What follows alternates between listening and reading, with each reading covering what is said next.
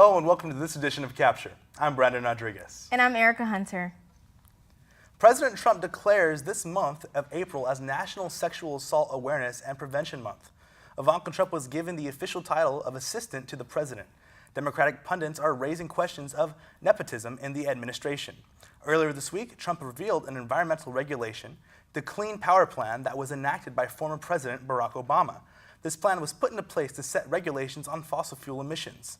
Congress voted to repeal the Information Privacy Act, an Obama administration law that limited the government's ability to monitor web users' internet activity. North Carolina lawmakers decided to repeal the state's controversial and costly bathroom bill. Last Tuesday, the Department of History and Political Science, Pi Sigma Alpha, and the AEI Executive Council hosted a special viewing party of the documentary Mama Rwanda. Here's Caitlin Slater with more. Last week, nearly 300 students and staff gathered in UTCC for a screening of the documentary Mama Rwanda. Mama Rwanda follows the story of women in Rwanda after the genocide that have to provide for their family, and they partner with Hope International. And Hope International provides opportunities for savings groups or microfinancing, so these women are able to make their own businesses or pay off expenses that they have through the savings group. And so it really gives them a way to empower them through businesses so that they can support themselves and make a name for themselves. Haley Smith with Hope International was the key speaker of the night, who led the Q&A session after the film. She tells us what she hopes students got out of this film. I hope they learn a little bit about microfinance and what it looks like to invest in a person.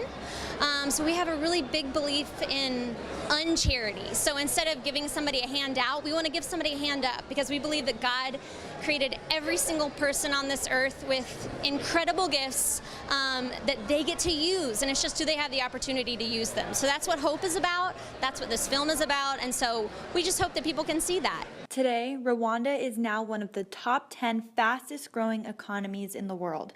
We spoke with a student on their thoughts of Mama Rwanda. I thought the film was great. I thought it was really insightful, and just seeing how entrepreneurship really has brought these people out of kind of the grinding poverty. It's an amazing testimony to just the strength and the resilience of the country itself, but more specifically the people and the women that have really been able to pull this country out of all the social problems that it was dealing with, obviously, that were related to the genocide there. Now to APU Sports. Baseball had a 4-game series last weekend against the Academy of Art. After winning 3 out of the 4 games, the Cougars currently have a season record of 26-4. Softball struggled while going 1-4 in the Tournament of Champions. They are currently 22-16 on the season, and their next series will be against Dominican.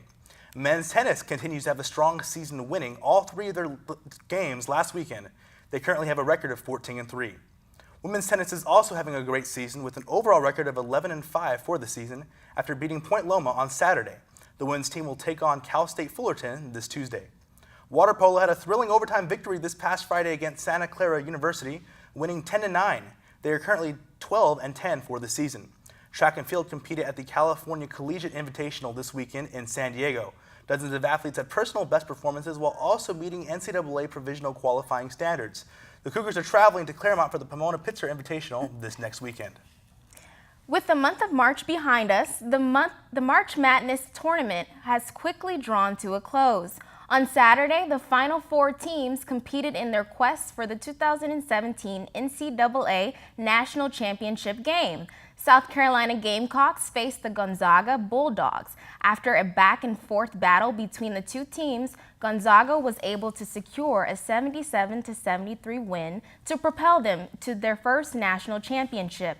The number 3 seeded Oregon Ducks faced the number 1 seeded North Carolina Tar Heels. This was Oregon's first trip back to the Final Four since 1939. North Carolina was looking to return to the championship for their 2nd straight season. In another intense matchup, the 2 teams battled on the court, but the Tar Heels were able to squeeze out a 77-76 win. They now look to secure their 6th NCAA championship in Monday's game, which is happening simultaneously as we record this show. Last Wednesday, Azusa Pacific hosted a TEDx conference for the 2nd time. Here is Cole Stevens with the story. Last Tuesday, March 28th, TEDx was held at Upper Turner campus and was hosted for the 2nd time at Azusa Pacific University. The live stream was right next door at the Cougar Dome with popcorn, candy, lemonade, and Subway sandwiches. Journalism professor Kent Walls was the host of the event.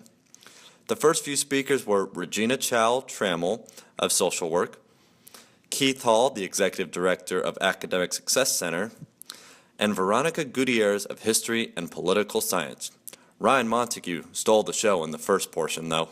My favorite so far was listening to Ryan Montague and how he talked about the challenges of like conversation, and he talked about how you could have low point conversations and you'll learn things about people that you've never known. And one of the things that he said people always ask is like why didn't I know this about you?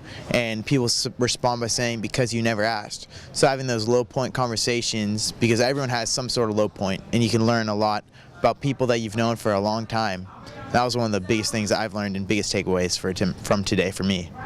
The last three speakers on the evening were Skyla Herod of Biology and Chemistry, Robert Duke, the Dean of Haggard School of Theology, and Deshauna Collier-Goobel of Criminal Justice. So as part of staff, I was here up at 9 a.m. to get everything set up. Last night around 10 p.m. until around 1 a.m. or 2 a.m. we set up the actual stage.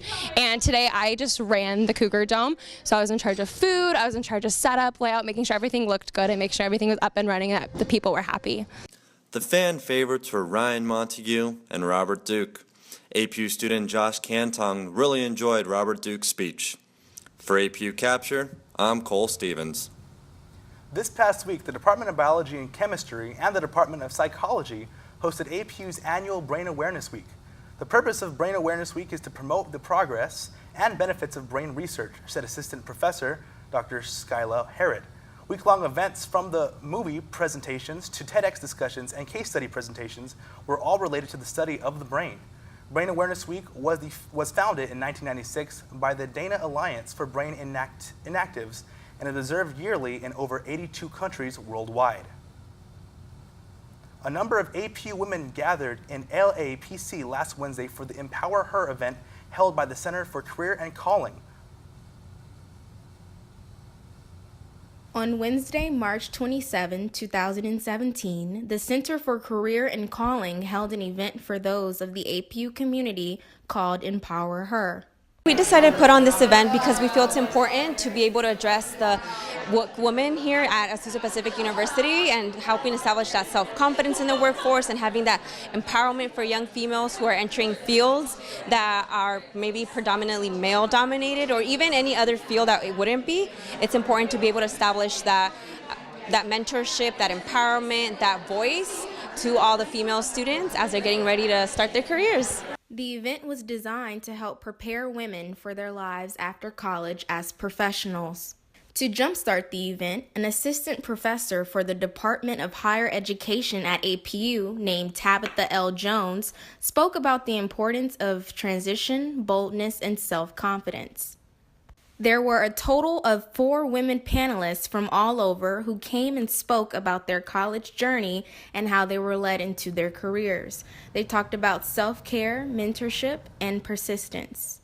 It was really encouraging just to hear different perspectives and from different fields too. Like all the women that spoke were from different professions, and as someone who doesn't really have a plan, I'm a senior graduating in about a month, and it was encouraging to know that there's no right way to go about post-grad stuff, just to be open and curious to what God might have in store. After answering a series of questions from the audience, each panelist stood around to talk to girls individually.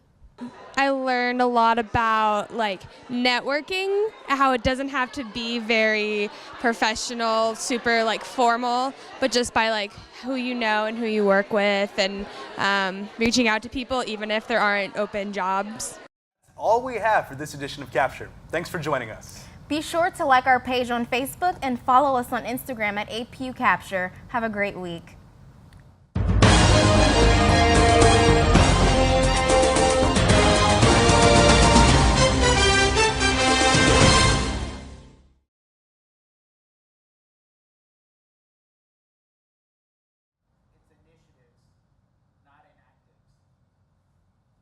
Okay. Initiatives. Initiatives. Initiatives. Initiatives. For some reason, it looked like Nepotism. whatever.